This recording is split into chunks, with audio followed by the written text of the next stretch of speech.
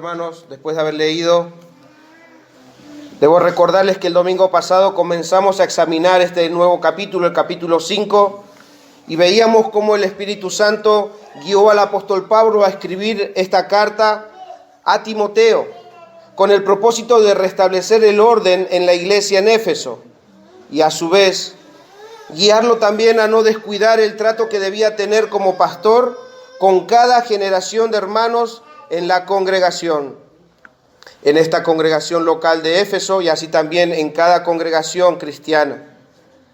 Ya hemos aprendido que aparte de predicar, el pastor tiene otras funciones en las cuales debía velar por la santidad de la iglesia. Y en esa instrucción Pablo le dice a Timoteo que en el caso de que debía exhortar a hermanos por algún pecado en particular, debía hacerlo como a miembros de su propia familia, ya sea hermano o ya sea hermana, e independientemente de la edad que tenga, debía tratar con cada uno de ellos. Y debía tratarlos como a miembros de su propia familia. Y vale aclarar nuevamente que cuando digo en un trato familiar, al que Pablo se refiere es a un trato que sigue los criterios de Dios, los criterios que están remarcados ahí en las Sagradas Escrituras, no un trato como hoy en día podemos ver entre tratos de familiares por medio de la sociedad.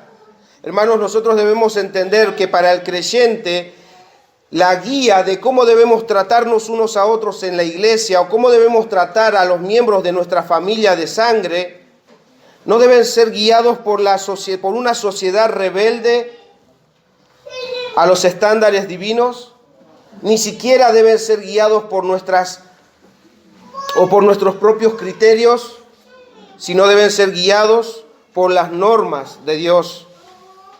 Y en ese sentido Pablo continúa avanzando, dándole instrucciones, y empieza a escribir, como vamos a ver de acá en los siguientes domingos, así como Dios lo permita, él empieza a escribir 13 versículos para que la iglesia no descuide una tarea que era muy importante, primeramente para Dios y así también para la iglesia.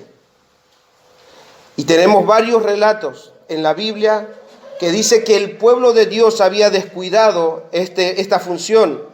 ¿Y de qué función estamos hablando? Del cuidado y el sostén de las viudas. El versículo 3 dice: honra a las viudas que en verdad lo son. Esta palabra, honra a las viudas, se refiere al respeto que deben tener con las hermanas que hayan perdido a sus maridos. Pero mientras examinaba y profundizaba en esta palabra, también se refiere a la asistencia material y económica que debía dar a las viudas la iglesia. A todas las viudas, eso lo vamos a estar viendo más adelante. Lo primero que dice ahí, honra a las viudas, o sostén a las viudas, o asiste a las viudas que en verdad lo son. Mis hermanos, quiero contarles que mientras examinaba estos textos que de ahora en adelante vamos a tocar en esta carta, el Señor me llevó a meditar en la vida de nuestra iglesia local.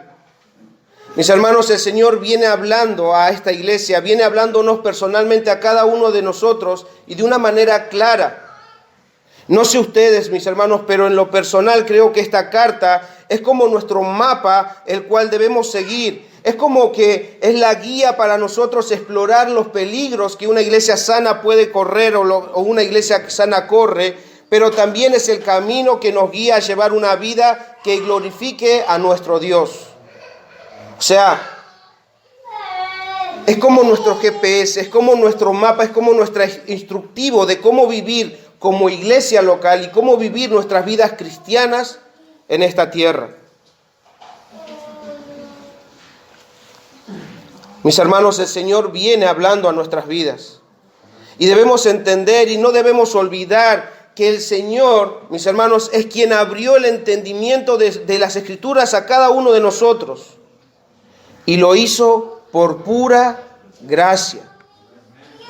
No porque seamos mejores que otros o más inteligentes que otros, simplemente porque a Él le plació revelársela a estos niños, a cada uno de nosotros, débiles. Y Él empezó a edificar con hombres y mujeres débiles una iglesia local que atesora su palabra y por medio de su Espíritu Santo puso en nosotros el deseo de hacer su voluntad y andar en las sendas antiguas, las cuales muchos desecharon. Y ustedes preguntarán, ¿y todo eso qué tiene que ver con las viudas?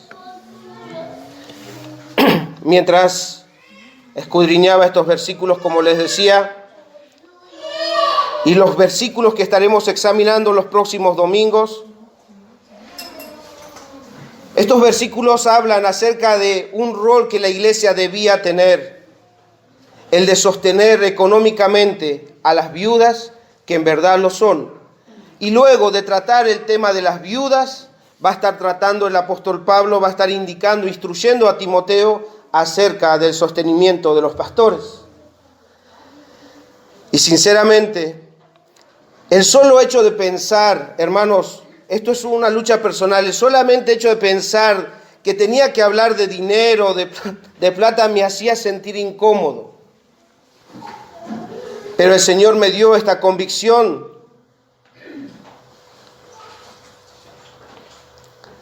de que si deseamos nosotros avanzar y crecer en madurez, debemos renovar nuestro entendimiento en estas cuestiones cuando tiene que hablarse de dinero. Sé que en nuestros días hay un mal uso o una mala enseñanza que muchas congregaciones le han dado a este tema del dinero. ¿Y sabes lo que ha producido para nuestra iglesia local? Que este tema sea como el tabú. Es como que automáticamente, no sé cuántos de ustedes, yo quiero darles un ejemplo, no sé cuántos de ustedes habrán visto la película El Rey León. No estoy haciendo propaganda, pero solamente quiero usar una imagen de esa película. Hay un momento donde están las hienas y solamente el hecho de pronunciar Mufasa hacía que temblaran. ¿Por qué traigo esto? Porque el hecho de que en esta iglesia se hable de dinero o en lo personal me digan que tengo que exponer acerca de dinero, automáticamente hacía que mi ser se estremeciera. Y sinceramente, mis hermanos, si yo les tuviera que contar las veces que he tenido que hablar con otros hermanos, así en lo particular, decir voy a tener que hablar de dinero, automáticamente hacemos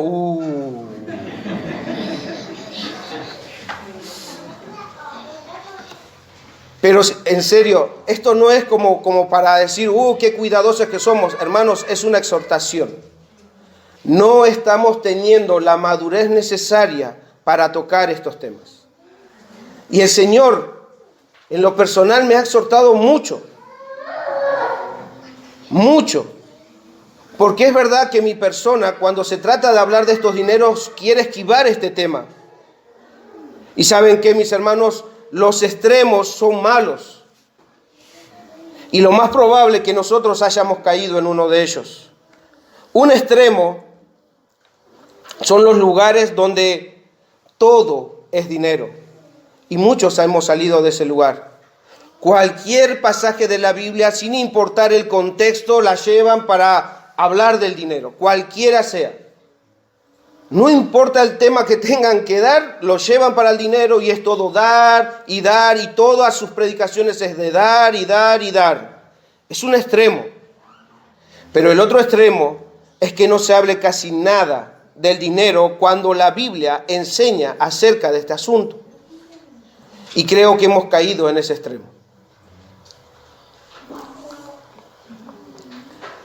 Y como les dije, yo no quiero acusar a nadie, pero por la poca experiencia que hemos tenido sobre este tema, a todos nos pone incómodos hablar de dinero. Eso es muestra de que hemos caído en el otro extremo. Para no tocar un tema incómodo, mejor no hablarlo. Y por eso mismo he tenido muchas veces la tentación de cambiar este tema.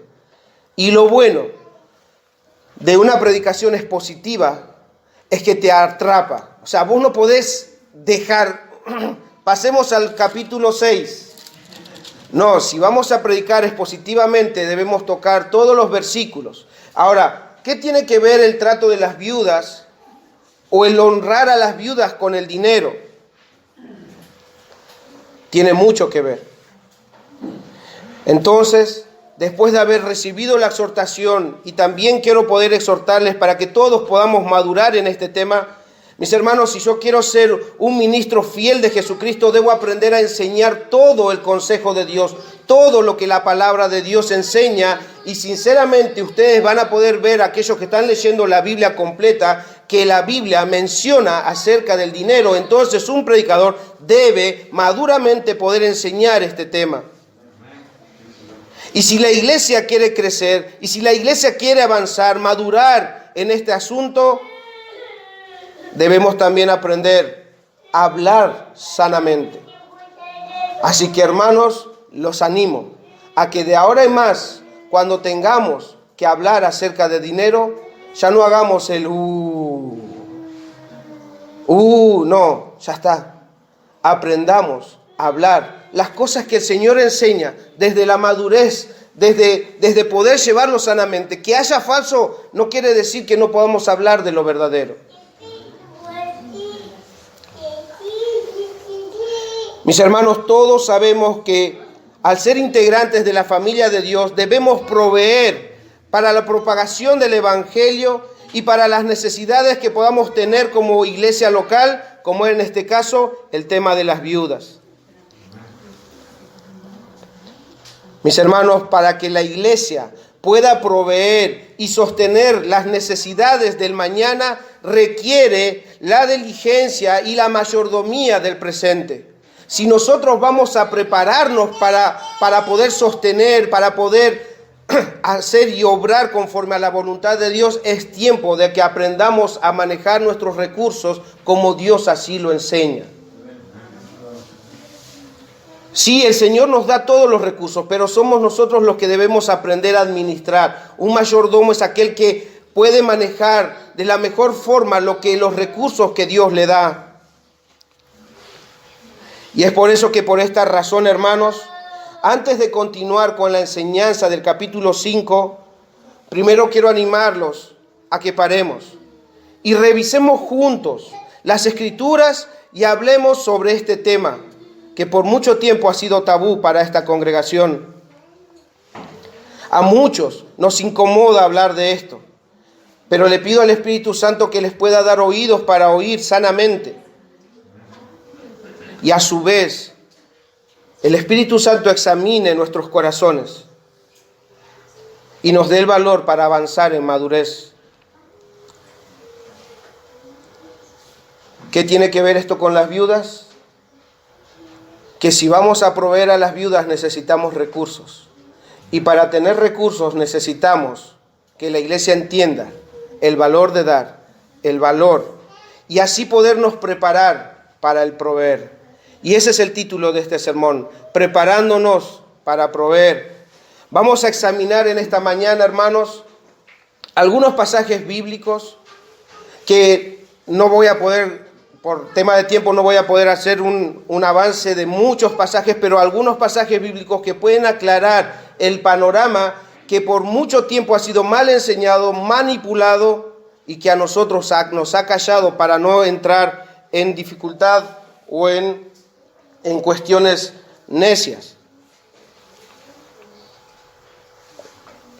Vamos a ver un poco el tema de las ofrendas en el Antiguo Testamento. Veamos ofrendas, cómo es que se empieza o cómo es que la Biblia enseña acerca de unas ofrendas. ¿Qué movió a los antiguos a dar u ofrecer sus ofrendas a Dios? Vayamos a Génesis, vayamos al principio. Génesis capítulo 4, como les dije, posiblemente haya muchos pasajes más, yo voy a citar solamente algunos. Capítulo 4, versículo 3 y 4. los hijos de Adán y Eva. Dice ahí, y aconteció andando el tiempo, que Caín trajo del fruto de la tierra una ofrenda a Jehová. Y Abel trajo también de los primogénitos de sus ovejas, de lo más gordo de ella, y miró Jehová con agrado a Abel y a su ofrenda. Pregunta. Hasta este momento nosotros no tenemos registros de que Dios haya pedido algo a los hombres. No hay ningún registro. Estamos empezando, los primeros hijos de Adán y Eva ofrecen ofrenda, pero ¿quién se los pidió? Ahí no vemos ninguna ordenanza, ningún mandato, ninguna institución de que ni siquiera vemos la cantidad, ni siquiera vemos si lo hacían con regularidad. Simplemente dice que Caín y Abel presentaron ofrenda a Dios. Obviamente uno fue acepto y otro no por las intenciones que posiblemente tenían, pero lo que sí podemos detectar es que esta ofrenda fue presentada voluntariamente, porque no hay registros de que haya sido impuesto. O sea que esta primera ofrenda que nosotros tenemos en la Biblia fue motivado por un corazón movido por Dios, pero a su vez no hay registros de una imposición, entonces voluntariamente dieron de sus ofrendas. Avancemos un poco, vayamos al diluvio, Génesis capítulo 8. Sabemos que el diluvio llegó. Pasaron los días en los cuales Noé y su familia estuvieron en el arca, y cuando todo se secó y ellos pudieron descender, y al ver Noé cumplida la promesa de Dios, al ver Noé que todo había estado hecho seco y habían sido salvados por Dios, que dice Génesis 8, versículo 20, luego Noé construyó un altar al Señor y sobre ese altar ofreció como holocausto animales puros y aves puras. Noé ofreció esta ofrenda a Dios voluntariamente. ¿Ustedes leen que Dios le pide que haga algo? No. Al ver la promesa de Dios cumplida, al ver el cuidado de Dios para con su vida y la de su familia, al ver que ahora tenían una nueva esperanza, dice que él fue y hizo un altar. O sea, un corazón agradecido hizo que voluntariamente pudiera preparar ese holocausto, esa ofrenda al Señor. Avancemos. Génesis capítulo 12. Ahora veamos a Abraham. Les pido por favor que prestemos atención porque vamos a estar viendo algunos pasajes para ver la intención del que Dios quiere enseñarnos en el momento de dar. Y apareció Jehová, versículo 7, dice, y apareció Jehová a Abraham y le dijo, a tu descendencia daré esta tierra. O sea, Dios le está dando una promesa a Abraham. ¿Y qué dice ahí después? Y edificó allí un altar a Jehová, quien le había aparecido. Mis hermanos, Abraham en esta situación de la misma forma le ofrece a Dios voluntariamente. Le construye ahí un altar voluntariamente, como una forma de decir gracias. Génesis capítulo 13. De la misma forma vuelve Abraham cuando escucha a Dios y dice, porque toda la tierra que ves la daré a ti y a tu descendencia para siempre. Y haré tu descendencia como el polvo de la tierra, que si alguno puede contar el polvo de la tierra, también tu descendencia será contada. Levántate, ve por la tierra a lo largo de ella y a su ancho, porque a ti te la daré. Dios había dispuesto a hacer una nación de Abraham. Y en respuesta a esta promesa, en respuesta a que Dios le estaba hablando, dice Abraham, pues removiendo su tienda, vino y moró en el encinar de Manré, que está en Hebrón, y edificó allí altar a Jehová. Mis hermanos, Abraham reconocía el privilegio de ser tomado en cuenta por Dios. Él iba a ser padre de naciones. Y esta realidad mueve a Abraham a tener reverencia, amor y gratitud hacia Dios. Y eso lo lleva a presentar una ofrenda voluntaria, nacido de un corazón lleno de gratitud. Como podemos ver hasta este punto, las ofrendas voluntarias eran un patrón común en los antiguos. No era necesario que Dios o alguien les pidiera o les dijera que debían darle una ofrenda a Dios. Lo hacían en respuesta a la obra de Dios.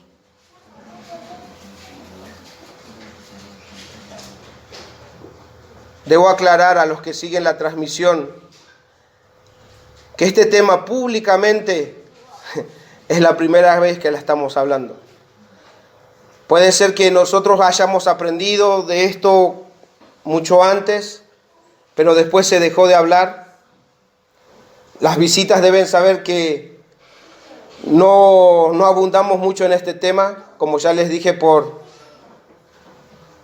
cuestiones necias que nos pasan por la cabeza y la inmadurez que puede haber todavía en nosotros. Y digo esto porque ahora voy a empezar a hablar de una palabra que también ha sido muy manipulada, porque hasta ahora venimos bien con las ofrendas. Pero ¿qué del diezmo? Vamos a examinar un poco el diezmo en la Biblia. ¿Qué enseña?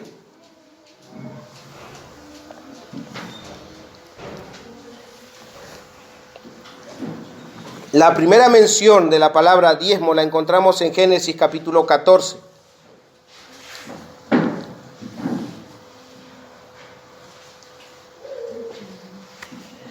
Versículo 18 al 20 dice: Entonces Melquisedec, rey de Salem y sacerdote del Dios Altísimo, sacó pan y vino y le bendijo diciendo: Bendito sea Abraham del Dios Altísimo, creador de los cielos y de la tierra, y bendito sea el Dios Altísimo que entregó tus enemigos en tu mano. ¿De qué está hablando? Abraham había ido en rescate de Lot y se libró una batalla y Dios le había dado la victoria, y cuando él volvía se encuentra con este sacerdote Melquisedec, y bendiciendo a Dios, dice, y bendice a Dios por el triunfo. Y movido a esa bendición que este sacerdote está dando a Dios, movido a gratitud, ¿qué es lo que hizo Abraham? Y le dio a Abraham los diezmos de todo.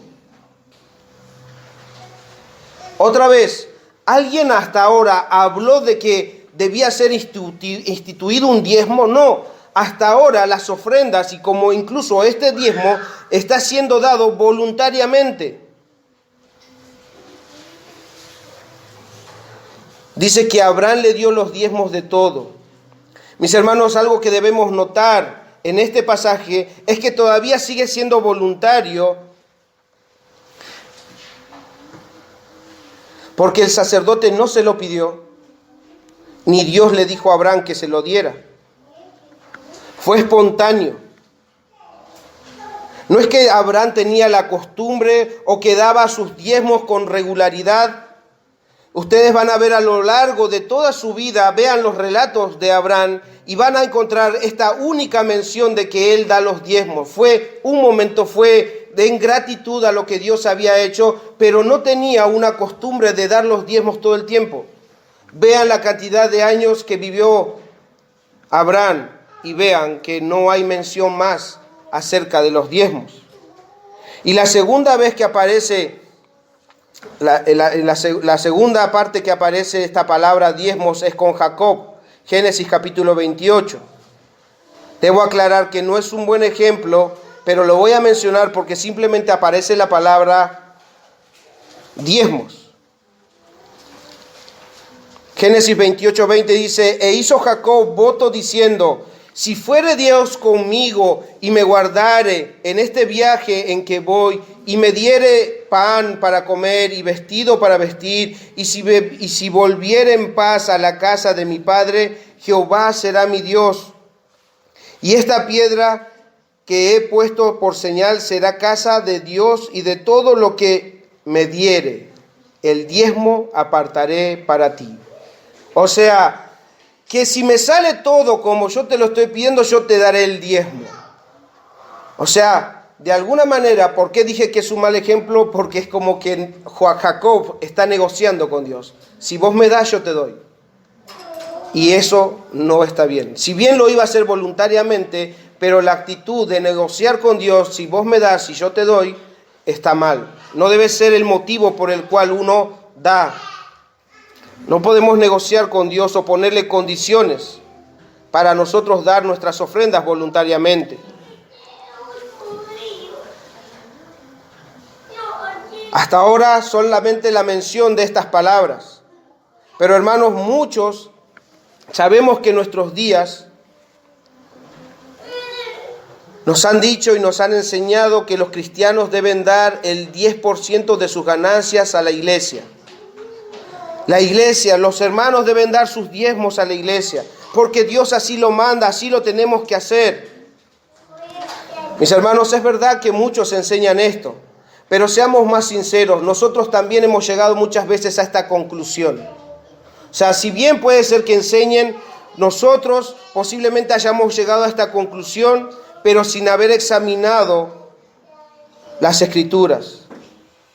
Y es por eso que pido a Dios me ayude a ser claro. Hasta ahora dije que los antiguos daban sus ofrendas voluntariamente, movidos por la gratitud y el amor por Dios. Ahora bien,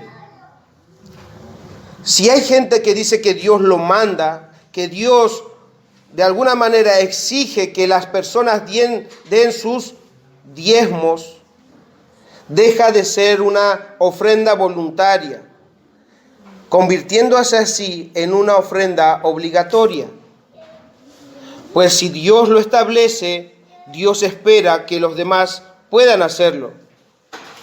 Entonces vamos ahora a introducirnos de cómo el diezmo viene a ser como una institución, como un mandato de Dios al pueblo de Israel. Vamos a aprender acerca del concepto del diezmo. Vayamos a Génesis capítulo 41, versículo 34. Voy a leerlo yo en la Dios habla hoy para ser más claro. Debo recordarles en este contexto que José fue llevado como esclavo a Egipto, estaba dentro del plan de Dios. Dios le da la revelación del sueño de Faraón.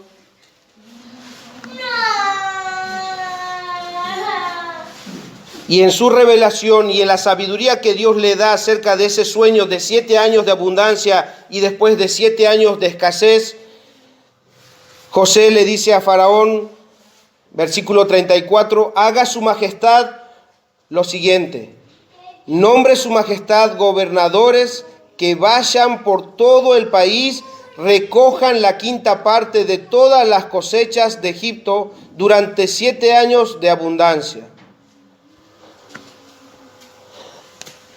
La 5ª parte. Esto representa en un porcentaje el 20%. O sea que el pueblo en esos 7 años de abundancia debían dar un 20% de la cosecha. ¿Para qué? Para que puedan tener sostén en los 7 años de escasez.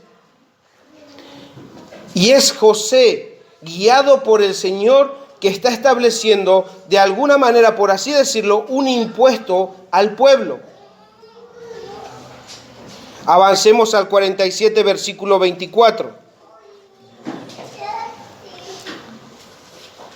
Cuando ya las cosas se pusieron malas y ya la escasez estaba avanzando, estaban recaudando todo lo que José les había dicho. Y otra vez dice ahí en el 24, pero deberán darle al faraón la quinta parte, o sea, el 20% de las cosechas. Las otras 4 partes serán para que siembren la tierra y para que coman ustedes, sus hijos y todos los que viven con ustedes. José, guiado por el Señor, impuso un impuesto para que le dieran al gobierno de Egipto. Y el pueblo estaba obligado a dar. Esto se convertiría como una ofrenda obligatoria, como un impuesto, un patrón que no había sido dado por Faraón, sino guiado José por Dios, dio este patrón. ¿Y qué tiene esto que ver con los diezmos? Si estamos hablando nosotros del diezmo, acá me estás diciendo que hay un 20%. ¿Y por qué traigo esta introducción? Para que entendamos que hasta ahora todo era voluntario y de repente ahora hay una imposición en una situación en particular. Y ahora nosotros vamos a ver cómo este sistema de ofrenda o impuesto obligatorio fue establecido también para el pueblo de Israel. Debemos recordar, sigamos el contexto, hermanos. El pueblo de Israel estaba en Egipto, Dios libera a su pueblo por medio de Moisés, y Él los guía a la tierra prometida. Y en el monte Sinaí, cuando Dios está estableciendo de cómo iba a ser este gobierno teocrático, de cómo Él iba a gobernar y cómo los iba a distribuir, Dios empieza a darles mandatos y uno de ellos es el diezmo. Vayamos a Levítico 27:30. Dice ahí: y el diezmo de la tierra, así de la simiente de la tierra como del fruto de los árboles, de Jehová es cosa dedicada a Jehová. El diezmo de la tierra es del Señor, dice ahí. Ya deja de ser voluntario, mis hermanos. Dios dice que ese 10% le pertenece a Él. Entonces el pueblo ahora estaba obligado a dar ese 10% a Dios porque era de Él. Y por cierto, no sé si lo notaron, a veces estamos tan taladrados la cabeza ya con este tema que en ningún momento dijo que el 10% de su dinero. ¿O alguien escuchó el 10% de su dinero ahí? Simiente de la tierra como del fruto de los árboles, de Jehová es. Levítico 27:34. Dice ahí que estos son los mandamientos que ordenó Jehová a Moisés para los hijos de Israel en el monte Sinaí. Y después ustedes recordarán que cuando llegan a la tierra prometida, Dios distribuye a sus tierras, su heredad a cada tribu, a 11 tribus le da tierras, pero a la tierra o a la tribu de los levitas no les da tierra, sino que su heredad iba a ser el servicio a Dios en el tabernáculo. Ellos eran los sacerdotes, ellos estaban a cargo de la nación y de velar e interceder por el pueblo delante de Dios. Y este diezmo que Dios está imponiendo como un impuesto iba a ser usado para dárselo a los levitas. Es por eso que es conocido como el diezmo de los levitas. Y esto ya no es una ofrenda voluntaria, sino es una obligación, es una ofrenda obligatoria. Veamos Números 18:24. Hoy voy a pasearlos por la Biblia, hermanos. Si no están prácticos, escuchen, para no distraerse. Porque los levitas, 18:24 dice, porque a los levitas he dado por heredad los diezmos de los hijos de Israel, que ofrecerán a Jehová en ofrenda, por lo cual les he dicho, entre los hijos de Israel no poseerán heredad. O sea, ellos presentarán esta ofrenda, pero ya no voluntaria, sino Él les pone un monto para que ellos entiendan que debían pagar de alguna manera sus impuestos en esta ofrenda obligatoria. Y cuando vemos que Dios le dio a los levitas los diezmos que el Señor había impuesto, muchos se agarran de estos pasajes para decir que así también nosotros debemos dar nuestros diezmos a la iglesia. Si debemos dar en nuestros días diezmos, espero que la próxima semana los que crían animales y siembren en sus casas, hermano Julián, Solano, Vivi, o los que tengan cosas en sus casas aparezcan con sus diezmos acá. Imagínense que le lleven esto a estas congregaciones donde hablan todo dinero, dinero, y le traigan, ahí está, esos son mis diezmos. No les sirve. Pero esa es la enseñanza de la palabra de Dios. Ahora, si de alguna manera vamos a agarrar el diezmo como una regla general, debemos aprender que no es el único diezmo que este pueblo tenía que dar. Y por eso es que yo le introduje este tema de los diezmos con el impuesto que José había dado al pueblo de Egipto para la mantención del gobierno y así también proveer, porque ese porcentaje dado le sirvió ¿para qué? Para salvar al pueblo.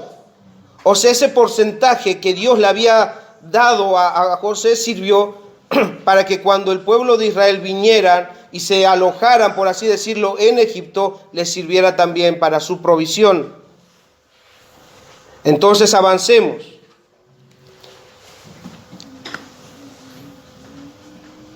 Así que si vamos a tomar en cuenta los diezmos para exigir al pueblo de Dios, al pueblo cristiano que den, también deberíamos tomar en cuenta esto. Porque Dios introduce un segundo diezmo.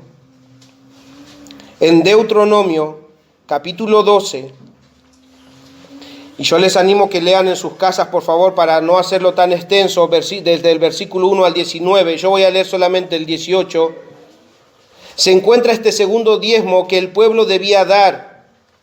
Y en este caso se trataba de una celebración donde todo el pueblo se reunía para compartir y comer juntos sus diezmos. Y era en el lugar donde Dios había impuesto, por eso en el versículo 18 dice, sino que delante de Jehová tu Dios las comerás, hablando de los diezmos que el pueblo debía llevar, en el lugar que Jehová tu Dios hubiera escogido, tu hijo, tu hija, tu siervo, tu sierva, y el levita que habita en tus poblaciones.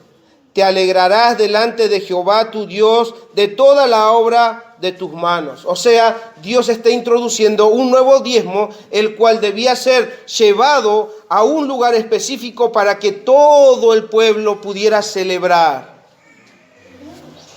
Ahora tenemos un problema, porque el diezmo pasó a ser un 20%. O sea, el 10% se convirtió en un 20%.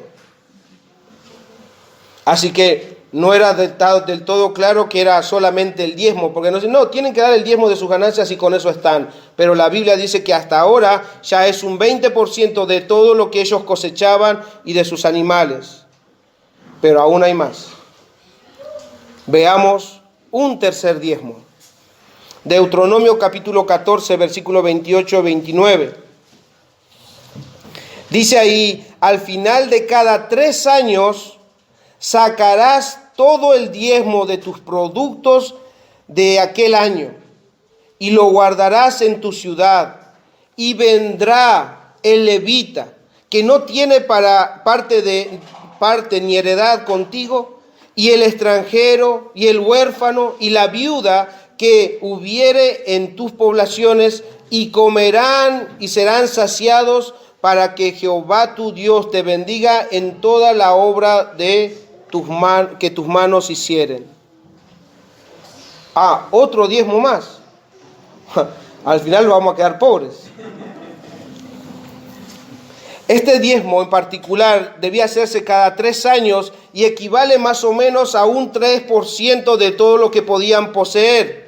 Entonces, si sumamos al 20%, es un 23%. Es muy parecido a los impuestos que habían impuesto en el pueblo de Egipto. Y si no, si empiezan a hacer cuentas, va a ser muy parecido al impuesto que tenemos en un gobierno democrático del cual ustedes, capaz sin darse cuenta, están contribuyendo.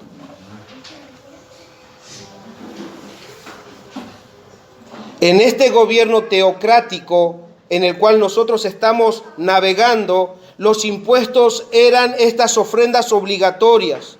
Estos diezmos eran del Señor. Dice que esto, la cosecha, los animales son míos y deben dármelo. Y yo lo voy a usar para dárselo a los levitas. Y también lo voy a usar para darle una celebración a mi pueblo. Y también lo voy a usar para los necesitados, para las viudas, para los huérfanos, para los pobres.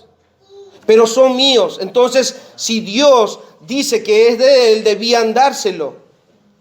El no hacerlo sería cometer un delito. O sea, ahí tiene sentido el pasaje de Malaquías donde dice, porque ustedes le están robando al Señor. ¿Cómo que le estamos robando? Porque se están quedando con los diezmos. O sea, si tenían una obligación, es lo mismo que ahora. O sea, si alguno evade impuestos, si alguno no paga sus contribuciones, están robando al gobierno y van a tener que pagar por eso. Y es de la misma forma que este pueblo debía pagar sus impuestos y no lo estaban haciendo, entonces Dios dice, le están robando al Señor. ¿Se entiende? Porque si fuera voluntario no sería un robo.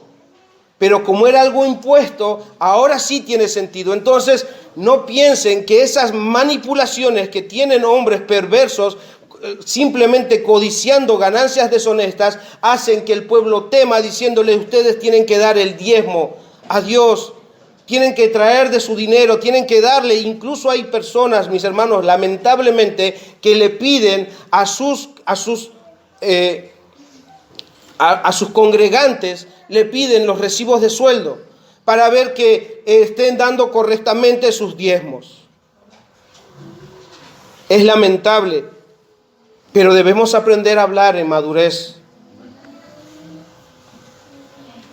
Y en este caso, este pueblo, si se quedaba con esta décima parte, incluso si ustedes leen relatos, se quedaban, y de tal forma que los levitas tenían que salir a trabajar, tenían que descuidar la obra de Dios. Entonces muchas veces el Señor les dijo y los exhortó, ustedes están pecando contra Dios al hacer esto, al retener los diezmos que son míos, y debían dárselo. Conclusión. Hemos aprendido las ofrendas voluntarias en su inicio, cómo Dios instituyó un impuesto o una ofrenda obligatoria, hablando acerca de los diezmos. ¿Qué de nosotros, como cristianos, qué debemos hacer? ¿Debemos dar los diezmos, ofrendas? ¿Qué es lo que nos corresponde a nosotros? Si prestaron atención, mis hermanos, nos corresponden las dos cosas. Los diezmos, como dije, son obligatorios. Y es un porcentaje parecido a ese gobierno en ese momento teocrático. Y debemos entender que cuando nosotros le damos al gobierno, le estamos dando a un gobierno instituido, dado, puesto por Dios. O sea, Dios permite que los gobiernos estén. Pero este gobierno o el anterior gobierno o se roban. Bueno, dejen, ellos van a tener que rendir cuentas a Dios. Pagar nuestros impuestos es darle a aquellos que gobiernan la posibilidad de usar esos recursos para el bienestar, para el cuidado de todo el pueblo. Aunque sepamos otra cosa. Entonces, como les dije, capaz no se dieron cuenta, pero ustedes al contribuir con sus aportes, con sus impuestos, están practicando prácticamente la esencia de lo que es el diezmo. Que de las ofrendas, mis hermanos, las ofrendas deben seguir el mismo patrón desde el principio hasta el fin. Incluso en nuestros días debemos entender que las ofrendas deben ser voluntarias, nacidos de un corazón agradecido, temeroso y de personas que aman a Dios. hoy, por la providencia de Dios, esto no lo habíamos planificado, ni el Señor es testigo. Hoy el hermano Tomás habló algo de esto, no por necesidad, sino que debemos dar con corazones que alegres, debemos ser dadores. Entonces, ¿qué quiero decir con todo esto?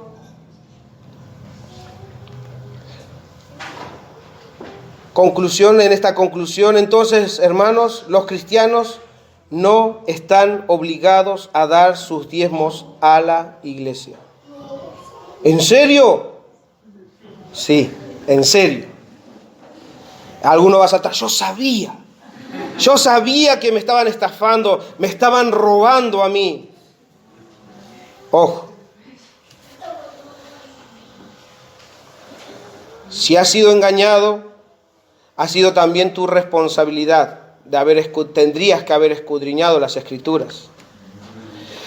Pero antes de pensar que, me estaban estafando, me estaban sacando mi plata, también debemos tener cuidado, mis hermanos. Ya les he dicho que los extremos son malos. Debemos entender que todo lo que tenemos es de Dios. Él nos provee la salud, la fuerza, el trabajo. Todo lo que tenemos en casa es provisto por Dios. Pero como les dije también, Dios nos da para que nosotros sepamos andar en verdad y podamos administrar todos los recursos que nos da el Señor. Y debemos contribuir con el gobierno y debemos también dar nuestras ofrendas a Dios. Así Jesús también lo indicó, dar al César lo que es de César y dar a Dios lo que es de Dios. Entonces, mis hermanos, los cristianos, si bien no están obligados a dar, ninguno debería dar por necesidad ni por negociar con Dios. El creyente debe ser movido a dar regularmente conforme Dios lo prospera y conforme dispongan en su corazón. Y lo deben hacer voluntariamente. El hermano John Piper dice acerca de cómo un corazón debe ser movido, pero un corazón que está fijo en Cristo. El hermano dice: lo que nuestras manos hacen con nuestro dinero muestra lo que nuestros corazones están haciendo con Dios. Escuchen, lo que nuestras manos hacen con nuestro dinero muestran lo que nuestros corazones están haciendo con Dios. Lo que el dinero es para nosotros muestra lo que Dios es para nosotros. Lo que hacemos con nuestro dinero, dice el hermano, es una manifestación de dónde creemos que está o dónde creemos que se encuentra la vida, la alegría, el amor, la esperanza, la seguridad, el significado y la libertad.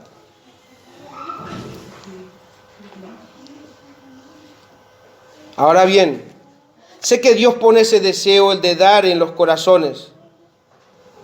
¿Por qué? Porque Dios nos ha dado 1000 motivos para que nuestras ofrendas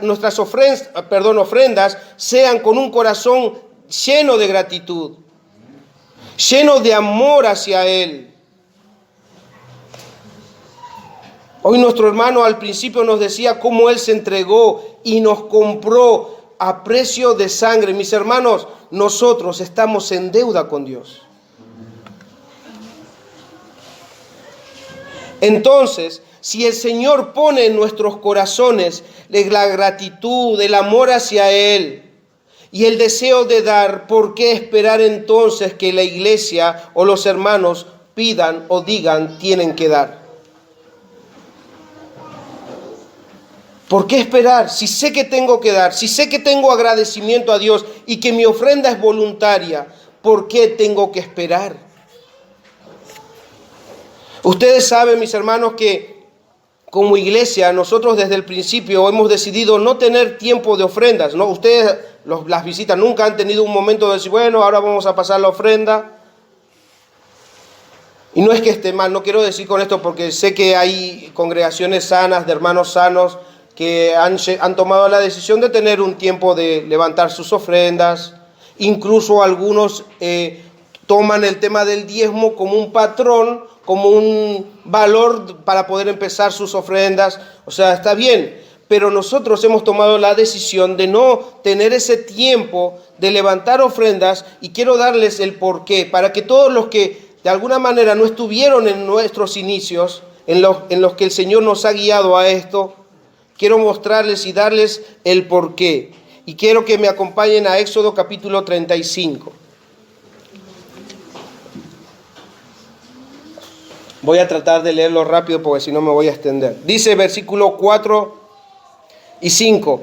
Y habló Moisés a toda la congregación de los hijos de Israel diciendo: esto es lo que Jehová ha mandado.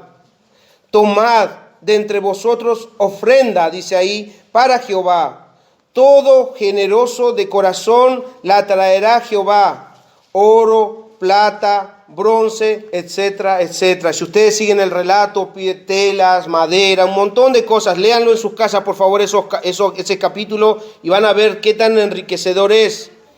Pero saltemos al versículo 21. Dios, escuchen, Dios decidió edificar, Dios decidió hacerlo, y Dios enseña al pueblo qué es lo que quiere hacer. Y este pueblo, deseoso de conocer la voluntad de Dios, deseoso de hacer la voluntad de Dios, respondió. Y versículo 21 y 22 dice: y vino todo varón a quien su corazón estimuló, y todo aquel a quien su espíritu le dio voluntad, con ofrenda a Jehová para la obra del tabernáculo de reunión, y para toda su obra, y para las grandes vestiduras. Vinieron así, hombres como mujeres, todos voluntarios de corazón, y trajeron cadenas y zarcillos, anillos, brazaletes y toda clase de joyas de oro, y todos presentaban ofrendas de oro a Jehová. Esto también sería bueno para aquellos que manipulan, ¿no? Miren, si no tienen plata, tienen relojes de oro, denlo también.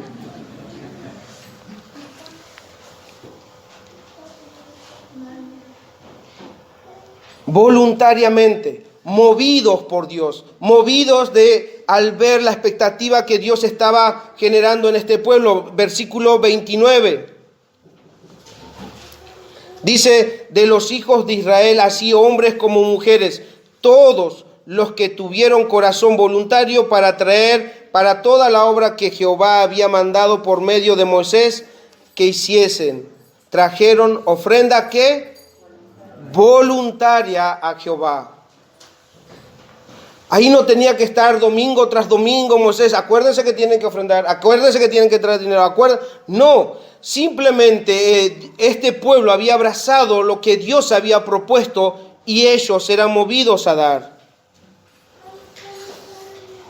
Y a un corazón, algún hermano dudoso y temeroso de que la iglesia se quede sin ofrendas puede decir: hermano, pero si no tenemos un tiempo de levantar ofrendas, o si no le ponemos un monto o un porcentaje, van a dar poco, o posiblemente no den nada. Y si ese es tu caso, hermano, debes examinar tu corazón. Debes examinar quién te está moviendo a ofrendar, o qué te está moviendo a ofrendar. Tu egoísmo, tu tacañería. Si no estás dando generosamente a la obra de Dios, hay algo que está mal ahí. ¿Por qué? Porque cuando Dios guía el corazón de un creyente a dar, va a dar con generosidad. Y lo estoy hablando no para manipularlos, sino para enseñarles sanamente. Y veamos versículo 39, capítulo 36, versículo 5 al 7. Si no pedimos, si no le damos un porcentaje, no van a traer. Solamente Moisés dijo: esta es la obra que tenemos que hacer, traigan lo que tengan. Incluso los que no tenían las habilidades que tenían, hombres y mujeres, ponele: no tengo oro, pero sé trabajar la tela, y iban y trabajaban en la tela. O sea, Dios les daba ese corazón, de ese amor por la obra de Dios, de tal forma que todos se movieron, todos. Ahora yo dije que cuando Dios mueve el corazón, no lo mueve. Cuando Dios mueve el corazón, lo mueve con generosidad.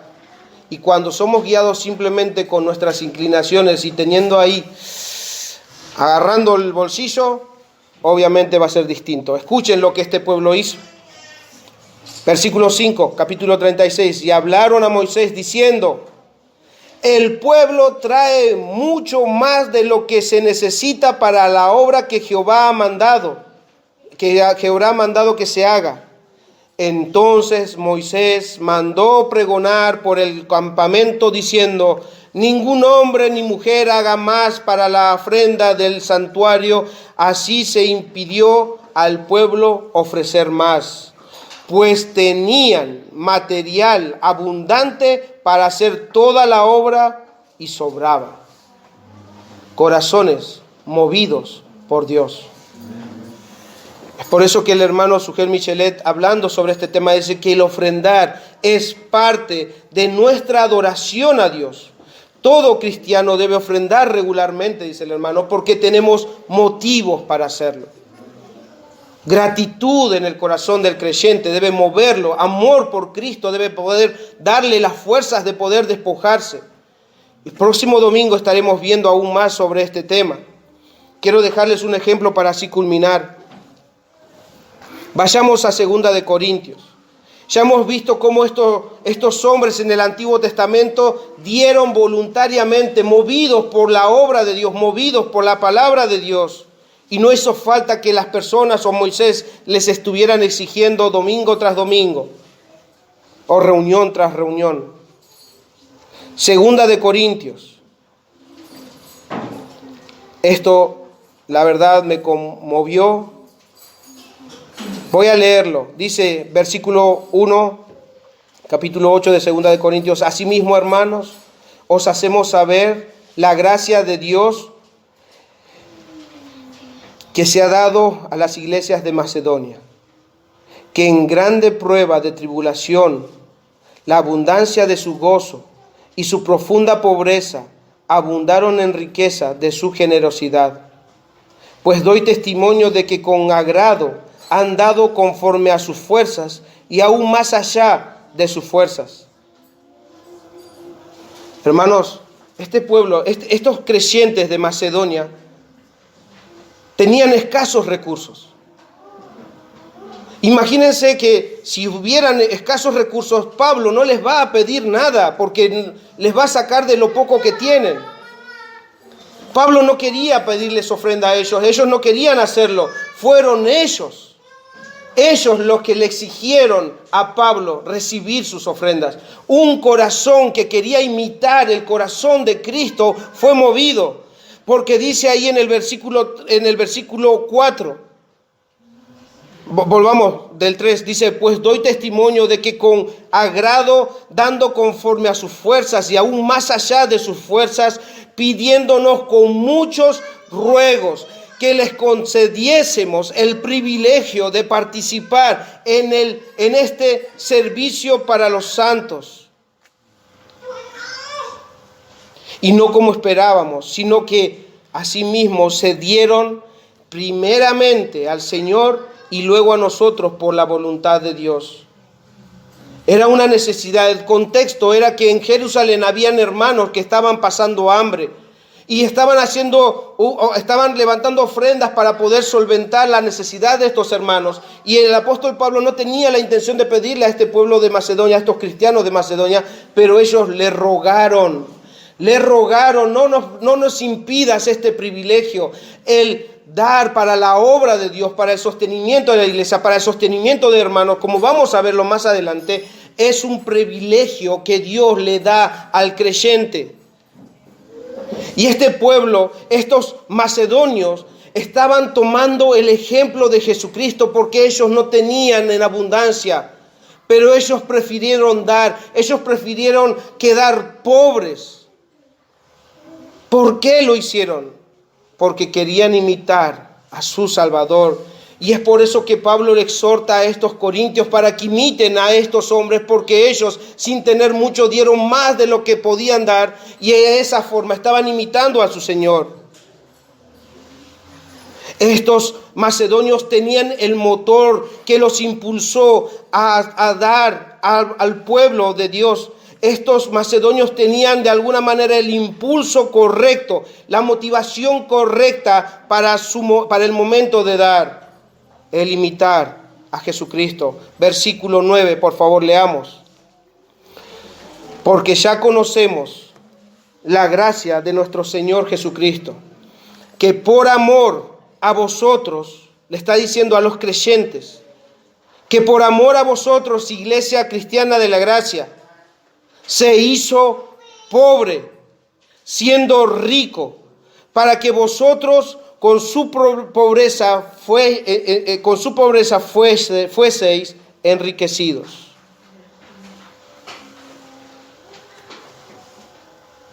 Mis hermanos, en Jesús tenemos motivos de sobra para venir con un corazón dadivoso, que no espera que pidan, sino que ruega, un corazón que ruega ser partícipe de este gran privilegio que el Señor le ha dado a cada creyente. Pero cada creyente debe venir con gratitud, con amor a su Salvador, que se dio a sí mismo y se dio hasta la muerte. Él tenía su trono en los cielos. Él no necesita nada del ser humano, pero Él nos da el privilegio de imitarlo a Él por medio de desechar lo que para nosotros puede ser valioso. Seamos partícipes de esto. Seamos aquellos que con corazón alegre, con un corazón movido por Dios, por su obra, por sus promesas, por lo que Él ya hizo en la cruz, seamos movidos a dar sanamente, con un corazón sincero, porque Dios conoce nuestras intenciones. El próximo domingo continuaremos para no hacer más extenso esta enseñanza, y como podremos comprobar, Dios enseña acerca del dinero.